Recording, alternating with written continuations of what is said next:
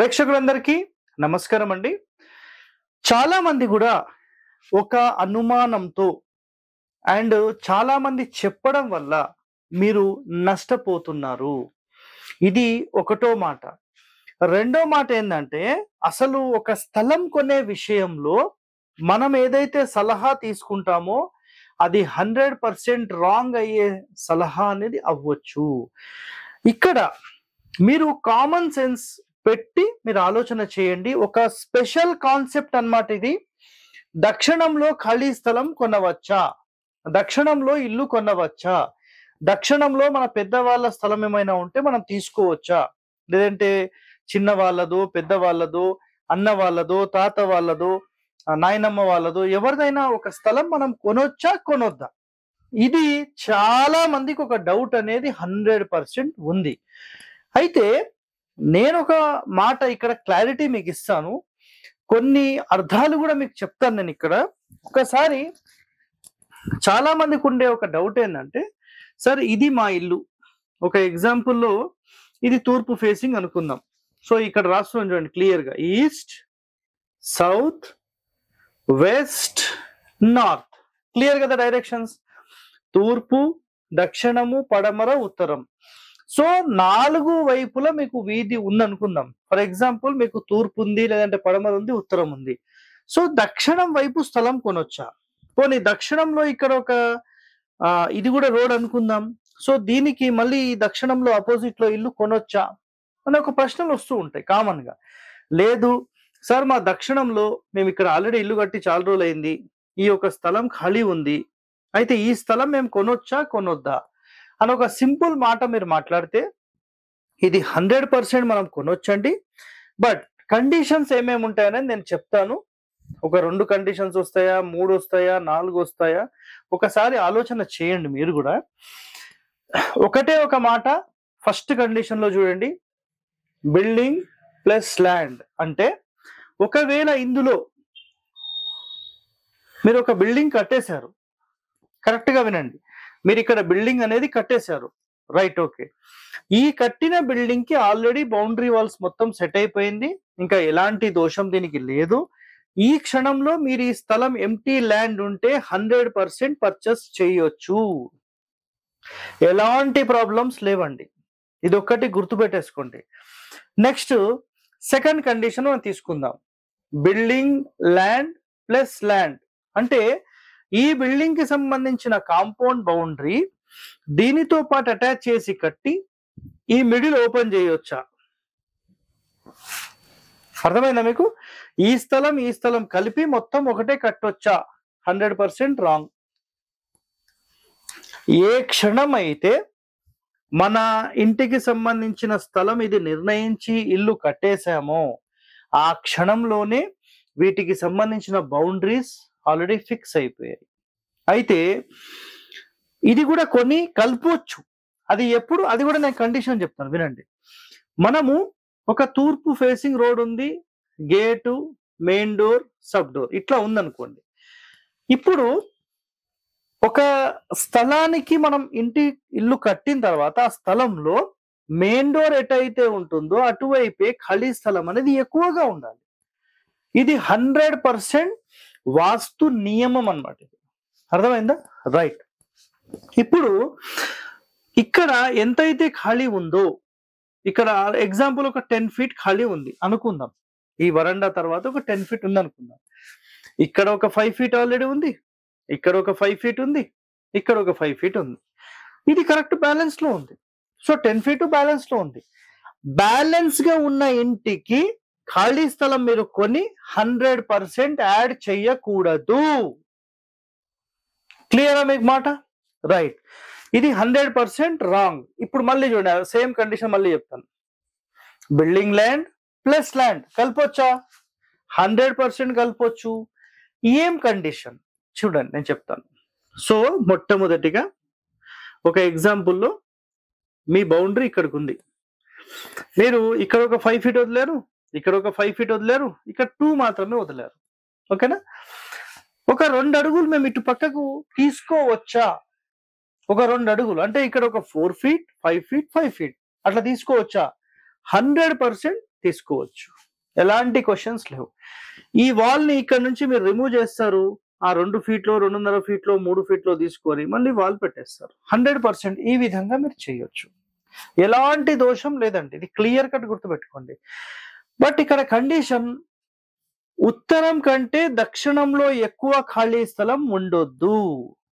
ఉత్తరం కంటే తక్కువ ఉండొచ్చు, లేదా ఉత్తరం అంతా సమానంగా ఉండొచ్చు. 2 కండిషన్స్ మీకు ఇక్కడ క్లియర్ గా చెప్తున్నాను నేను. ఓకే సార్, ఒక ఎగ్జాంపుల్లో అసలు ఇటు ఎక్కువ ఉంటే ఏమవుతుంది క్వశ్చన్ వస్తుంది కదా మీకు, అది కూడా నేను చెప్తాను. ఇక్కడ చూడండి, ఫర్ ఎగ్జాంపుల్ ఇక్కడ నేను ఇక్కడ వరకు పక్క వాళ్ళు అమ్మితేనే కొన్నాను. ఇక్కడ ఒక 6 అడుగులు, 6 కాదు కానీ ఒక 7 అడుగులు అనుకుందాం. ఓకేనా? ఇప్పుడు మీరు ఇక్కడ అబ్జర్వ్ చేయండి, ఈ స్థలం మొత్తంలో ఈ ఇల్లు అనేది వాయువ్యానికి జరిగిపోయింది. ఇది మీరు గీసుకొని చూసుకోండి. 7 అడుగులు, 5 అడుగులు, 5 అడుగులు, 10 అడుగులు ఈ విధంగా మీరు పెట్టి తూర్పు ఫేసింగ్ కడితే ఈ ఇల్లు మొత్తం వాయువ్యానికి జరిగింది. ఆటోమేటిక్ గా దక్షిణం పెరిగినప్పుడు దీని యొక్క పూర్తి ప్రభావం ఈ ఇంటి మీద పడుతుంది. శాస్త్రంలో చెప్పింది ఒకటే, ఇల్లు కడితే తూర్పు, పడమర, ఉత్తర, దక్షిణాలకు కట్టొచ్చు, ఈశాన్యానికి నైరుతికి కట్టొచ్చు. అంటే ఈశాన్యానికి కట్టడము అంటే పూర్తి మూలకేసి కాదండి, ఒక పార్ట్ వదిలేసేసి కట్టాలి. బట్ ఆగ్నేయానికి వాయువ్యానికి 2 ఆగ్నేయులే కాబట్టి ఎట్టి పరిస్థితుల్లో ఆ మూలలకు జరిపి కట్టొద్దు. It's a simple and strict condition. ఇంకా కొంతమంది మహానుభావులు, సరే ఇప్పుడు ఇక్కడ ఇంకోటి చెప్తాను, L+L అంటే ల్యాండ్ ప్లస్ ల్యాండ్ అన్నమాట. సో మీరు ఇక్కడ ఏదైతే బోర్డు మీద చూస్తున్నారో, ఫర్ ఎగ్జాంపుల్ మీరు ఇక్కడ ఇల్లు లేదు, ఏం లేదు సార్, మేము ఆల్రెడీ మీకు దీనికి సంబంధించిన ఒక ఎగ్జాంపుల్ కూడా చెప్తానండి. ఎవరైతే మనకు చీమకుర్తిలో, ఒంగోలులో ప్లాన్ తీసుకున్నారో, సో వాళ్ళు ఆల్రెడీ ఒక స్థలం ఇట్లా ఉండే వాళ్ళకు ఒక స్థలం ఇట్లా తీసేసుకున్నారు, ఇల్లు కట్టేసారు కూడా, అయిపోయింది. చీమకుర్తిలో ఒంగోలు హరివాస్తు ప్లాన్ అని కొడితే మీకు వస్తుంది. సో దక్షిణంలో ఖాళీ స్థలం వచ్చేసింది. నాకు ఫోన్ చేశారు, తీసుకోండి అని నేను చెప్పేశాను. ఆయన తీసుకోవడం జరిగింది, అమ్మడము జరిగింది, ఒక 5-10 లక్షలు కూడా సంపాదించేసిండు. చెప్పండి ఇప్పుడు మరి ఏమి కాదండి, ఏ నష్టము లేదు. ఆయన తీసుకున్నాడు, 1 year 2 years పెట్టుకున్నాడు, ఏ నష్టము లేదు. మీరెందుకు మెంటల్ టెన్షన్ తీసుకుంటారో అర్థం కాదు. ఆయన అమ్మిన కారణం కూడా ఒకటి, అందరు వచ్చి దక్షిణంలో ఎవడైనా తీసుకుంటాడు, అసలు దక్షిణంలో తీసుకోదు, దక్షిణంలో తీసుకోవాలి, ఏమైతుంది?